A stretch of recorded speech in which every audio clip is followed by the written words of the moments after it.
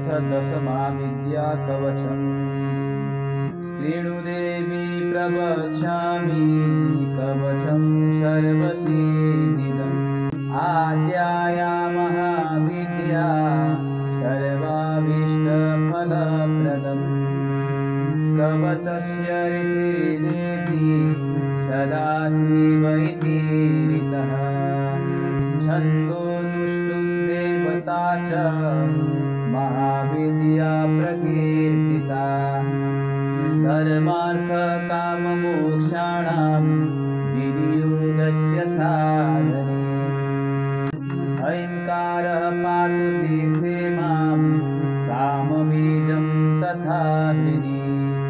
रमाबीजं सदा पातु नाभौ गृह्य च पादयो।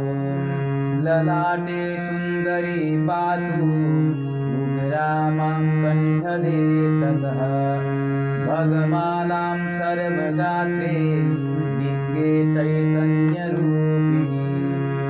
पूर्वे मां पातु वाराही ब्रह्माणि दक्षिणे तथा।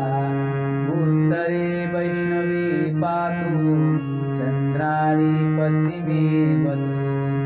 महेश्वरी च अग्नेयां नैऋत्ये कमला तथा।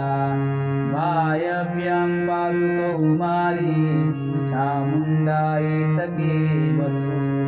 इदं कवचमज्ञात्वा महाविद्याशयो जपेत्। न फलं जायते तस्य कल्पकोटिशतैरपि।